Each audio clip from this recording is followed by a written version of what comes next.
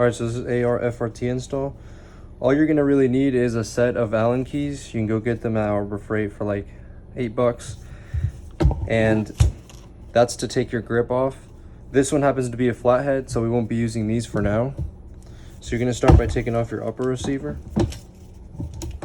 So, take these pins out on each side, and that should come off. Now the next thing you're gonna do is take your grip off. Now, this sometimes is a 3/16. I have this special one that helps me take it off. This one just happened to be a flathead. Really, you only need this and the pliers. I have them here just in case when I'm taking them out and they won't come out, I can grab them and pull them out. So just unscrew it. Okay. Now when your grip comes off, you'll have a spring come out right here. This spring is what comes out of there. You'll have your screw, and then you'll have a detent that falls out. Make sure that you don't lose this if you want to put it back together the old way, but you don't need this now. This is an old piece. And then your safety is going to slide out of here. So your safety will sit out and it'll slide out if your hammer's back. Next thing you're going to do is, what I like to do is I'll grab one of these. The 7x64 works really well. And I'll take this one to punch out the hammer and the trigger. So you go into these pins, punch them out. Be careful with the hammer because it likes to fly. So I grabbed it, and then you're gonna do the trigger as well.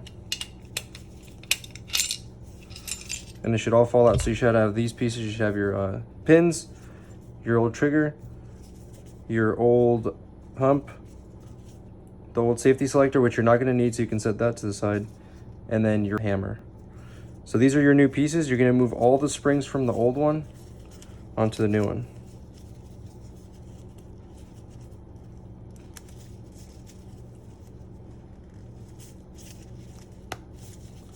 Like that.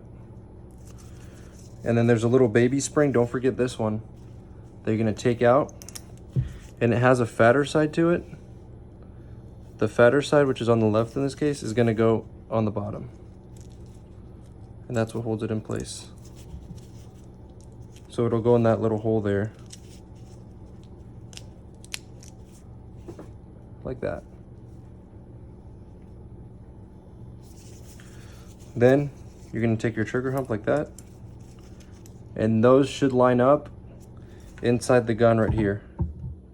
So you're gonna grab them, and usually there's a little pin I like to use. I don't have it right now, but you're just gonna have to drop it in there, put the trigger hump in there,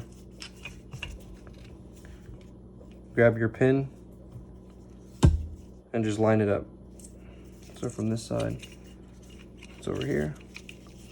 And what I like to do is I'll grab the same thing I used to punch it out to line them up on this side. So I'll go like this, and that just helps me line everything up. And I'll like hammer it through a little bit so I can grab this little piece here or something. It can be a little tough sometimes. All right. So now your trigger should be like this. You should be able to pull it and it should have pressure. Now the hammer is gonna go in like this. You're gonna take the piece like this. You're gonna make sure that the springs are this way, and then when you push down, that there's pressure there. And you're gonna put those springs right behind the trigger like that. So they should go like this. And then you're gonna fight against it and line it up with the front pin. So that hole right here needs to line up over here. So you're gonna drop it, find where they line up, and then push it through. This one's a little easier. You can hammer this one too as well. And boom.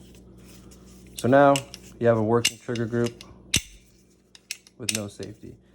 Now you get to this part, you're gonna take your new cam, you're gonna slide it in through this side about halfway, and then you're gonna take your lever. The lever needs to face the back of the gun like this. So it faces the buffer. You're gonna line them up inside. So essentially it should be like this inside the gun. Take that.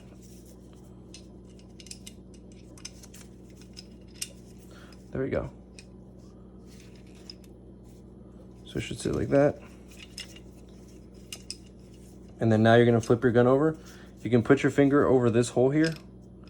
That way it doesn't come out. So on the left side where you put it in through, you can put your finger there, flip it over, and then now you can work on the other side. You're gonna take your new detent, drop it in the hole, right here, that little detent hole.